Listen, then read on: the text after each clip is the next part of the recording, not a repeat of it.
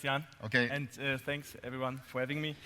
I'm Sebastian, and I'm the founder of Grünspar, a company which I founded in August 2010 and sold to EWE, at least 90%, last summer. And I'm going to explain a little bit what we are doing and how it came that we now are working together with EWE. So my mission was to build a company which has a kind of meaning in my, I would say in my art, my kind how I realize the world, and I try to move things forward and try to work on social issues. And so my motivation all the time was to try to help the energy transition, but not from the generation side, which is the topic most of the time. So how can we build more renewable energy resources and renewable energies, but from the demand side. So how can we lower the demand for energy, which mainly is the topic of energy efficiency. And because we work together with utilities, we have a B2B2C approach. We have a kind of utility-orientated vision and an end consumer one. So our vision in the part for the utilities is that we want to help them to transform themselves from an energy provider or like an energy merchant, which mainly sells energy to end consumers or small, medium companies, to help them to transform to an energy service provider, which is more than just selling electricity. And they have a lot of challenges. That's why we think they should transform themselves. And on the end consumer side, we have a kind of a white label platform where we want all the households to go to when they are thinking about buying energy efficiency or green products, which can also be helping saving resources and lowering costs, or just supporting to live a more green lifestyle. So what are we doing? We have a kind of software as a service approach, which is a cross-channel approach with the three components. The first one, that's what we started with, is the white label marketplace, which is mainly an online shop with more than 15,000 products, just that are green, and then they can be the assortment can be enriched by the utility by putting their own energy services in there. For example, thermographies or any other things the utilities are providing to their consumers, but they don't have an online channel yet, and we make it kind of a buyable product online. So we do also campaigns with the utilities and help them, for example, bringing traffic onto their websites in order to also promote their own products, our products, but also different tariffs and so on. And then we helped the utilities with building another communication channel, which is mainly the app, where the utility gets a kind of customer retention system and a communication channel, and the end consumer is allowed to track his energy consumption, enter his energy consumption, and get analysis, hints for lowering the consumption, and so on. And then we have the third component, which are our energy reports, which is a kind of mailing, which can be sent out via email or postal mail, and has a couple of social norms and other psychological elements in it so that it thrives energy efficiency at the consumer.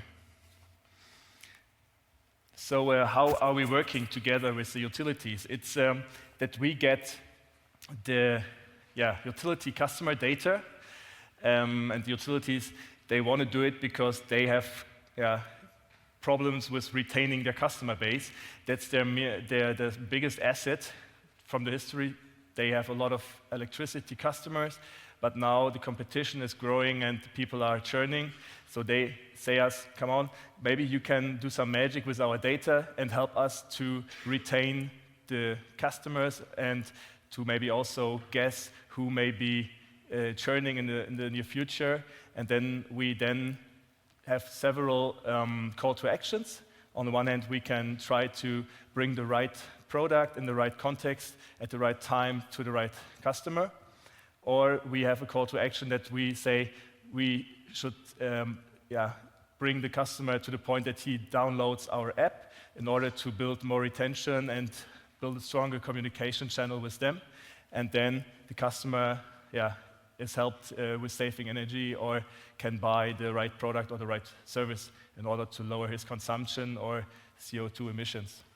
This leads to more happy customers, which is the target of our whole platform. So we try to retain the customer base of the utilities, but it's also possible to get new customers. And this also leads to new revenue streams the consumers build up, because if they now also buy products or services, it's also a nice approach for the utility and leads to the cycle that we retain the customers.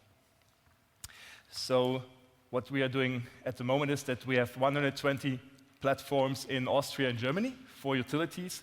We have very small utilities and very big ones, and behind the utilities, this is where our main growth driver is located, are a lot of customers. At the moment, we have more than 10 million households behind our 120 utilities, and we are now working on activating this customer base by doing online and offline campaigns, using the channels the utility already has, like the customer magazines and stuff, but also building new campaigns, because we did so far campaigns for more than a couple of million households, and we see that this is where also very much potential lies. So maybe interesting would be to hear what was the beginning, or how was it like. And when I finished my studies, I was always kind of an entrepreneurial guy. I started my first company during school time, and for me it was 100% sure that I'm going to found something as soon as I quit or as soon as I graduate. So that was not the question. It was more, what should I do? There were several ideas, and I was working as a developer as well, and had 3 ideas. And then we started this cooperation with the ASEW, which is kind of a union which has 300 members, which are utilities. And when we started the cooperation with ASEW, this was kind of a kickoff for me to quit all my jobs and just focus on Grünspar. So this was in August 2010. I bootstrapped the company, which was in the first days mainly kind of online shop for energy efficient products. So we had 150 products sold out of, I would say, of my roof home. So it was a little bit very bootstrapped and small teams and a lot of students. And then we found out that the nice growth driver is working together with utilities, because they obviously liked our idea to have a white label online shop, to have something more than just tariffs for their customers. So we then had a couple of 50 utilities as a white label partner, and then the first investors came to us, or we were also looking for them, so it was two-sided. But we were directly when we were talking about an investment. We had a big campaign with a big utility. We had sent out a couple of 100,000 of vouchers to households, and they generated us a nice 6-digit revenue with strong gross margins. So we could show now that not only the customer base is interesting, B2B partners, utilities, they are a nice market, but also the B2B2C approach, so that we can get in touch with the customer base behind the utilities and then have a nice multiplier.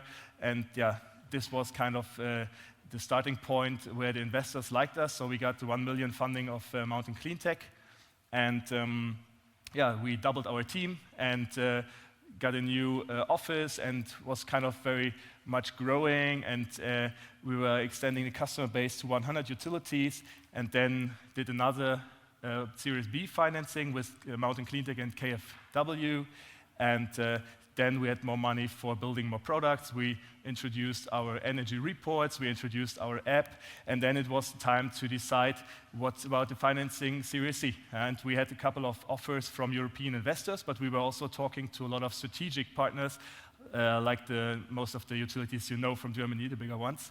And yeah, so we had to make a decision, and our decision was it's better to have a committed utility with a big customer base to do this B2B2C approach than to have 100 utilities, which we still have, but to have 100 utilities which are maybe not that committed in offering everything to the end consumer base. And that's why we decided to go with EWE, a nice partner.